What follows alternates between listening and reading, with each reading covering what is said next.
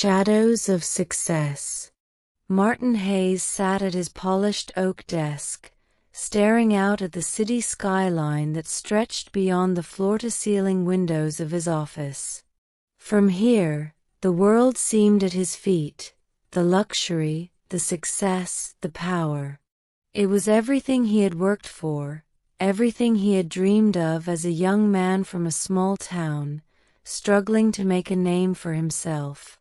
Now, as CEO of one of the largest financial firms in the country, Martin was the embodiment of success. Yet, despite the recognition, the wealth, and the power, there was something gnawing at him, a persistent sense of unease that shadowed every accomplishment. The bright, towering buildings outside seemed cold and distant, much like the life he had built for himself. He glanced at the clock on the wall. It was 9 p.m. His assistant had long since gone home, and the office was silent except for the faint hum of the air conditioning. Martin picked up his phone and scrolled through his contacts. He paused when he came across a familiar name, Daniel Hayes. His younger brother. It had been months since they last spoke. Even then, their conversations had been brief, almost perfunctory. Daniel, a schoolteacher in their hometown, had never been interested in the corporate world that Martin now ruled. Their lives had diverged so sharply that it often felt like they had nothing in common anymore. Martin hesitated for a moment, then put the phone down. He wasn't sure what he would even say if he called. As he leaned back in his chair, his mind wandered back to a different time, years ago, before the money, before the success. He remembered growing up in their small, modest house, sharing a room with Daniel. Back then, their bond had been inseparable. They would spend hours talking about their dreams for the future. Martin had always been driven, ambitious, determined to rise above their humble beginnings. Daniel, on the other hand, was content with simpler aspirations. He wanted to teach, to make a difference in young people's lives. For a while, they supported each other. But as Martin's career began to take off, the distance between them grew. Martin was constantly traveling for work, attending meetings, conferences, and events. He became consumed by his ambition, always pushing for the next promotion, the next big deal, the next achievement. Meanwhile, Daniel stayed in their hometown, living a quiet life as a teacher. The last time Martin had visited his brother was for their parents' funeral, 3 years ago. He had flown in for the day, shaken hands with relatives he barely remembered, and left before the evening was over. Daniel had tried to talk to him then, but Martin had been too preoccupied, too busy with work.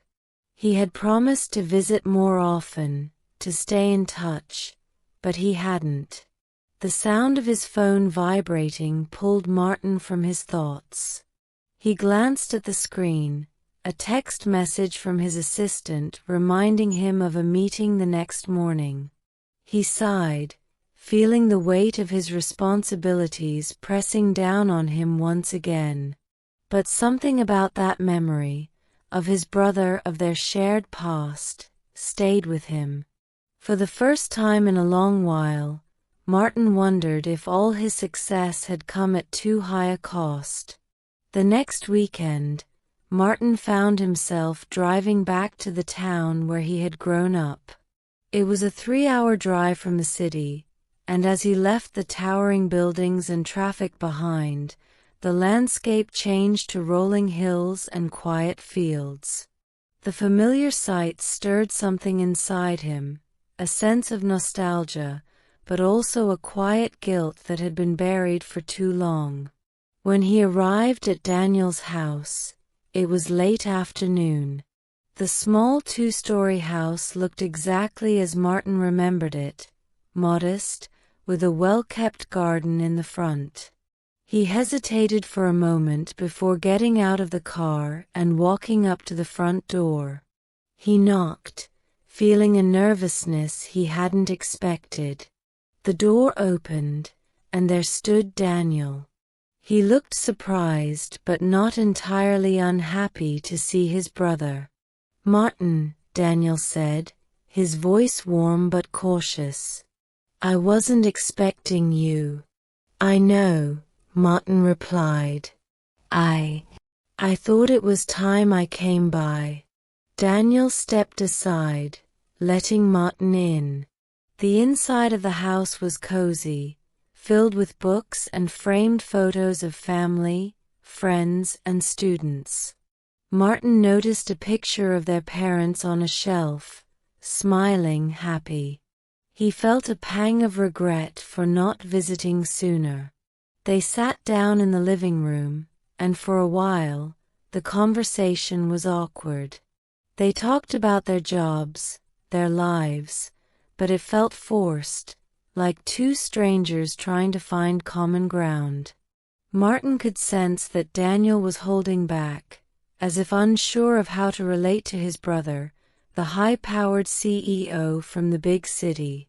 Finally, after a long pause, Daniel spoke more candidly. "Martin, I've always been proud of what you've achieved," he began, his voice quiet. "But I sometimes wonder if you're happy with it." Martin looked up, surprised. "What do you mean?" "I mean, you've built this incredible career, but you've drifted away from so many things, family, friends. You're always busy, always working. It's like you've forgotten where you came from, or who you are." The words stung, but Martin couldn't deny the truth in them. He had spent so many years chasing success that he had lost sight of everything else. His relationships had withered, his connection to his roots had faded, and he had become consumed by the idea of being the best, of having more, of being admired. "I guess I thought that success would make everything else fall into place," Martin said slowly. "But now, looking back, I realize that I've sacrificed a lot, maybe too much." Daniel nodded, his expression softening. Success doesn't have to mean giving up on the things that matter. You can be successful and still stay connected to the people you care about. It's not too late, you know. Martin felt a lump rise in his throat. His brother was right. For so long, he had been blinded by his ambition, by the need to prove himself. But in the process, he had lost touch with the very things that had once brought him joy: his family, his sense of belonging, his own identity. "Do you think we can fix this?" Martin asked, his voice filled with uncertainty. Daniel smiled, a genuine warmth in his eyes. "Of course. It'll take time, but we're still brothers. We can always start again." Over the next few months, Martin made a conscious effort to rebuild his relationships, not just with Daniel, but with other family members and friends he had neglected over the years. He still worked hard, but he no longer let his career consume him. He learned to balance success with personal connections, to appreciate the people who had been there for him long before he became the man he was today. And slowly, the shadows that had once loomed over his success began to lift. Martin realized that true success wasn't measured by wealth or power, but by the relationships we nurture, the lives we touch, and the legacy we leave behind, not in buildings or bank accounts, but in the hearts of those we care about. Thank you for listening.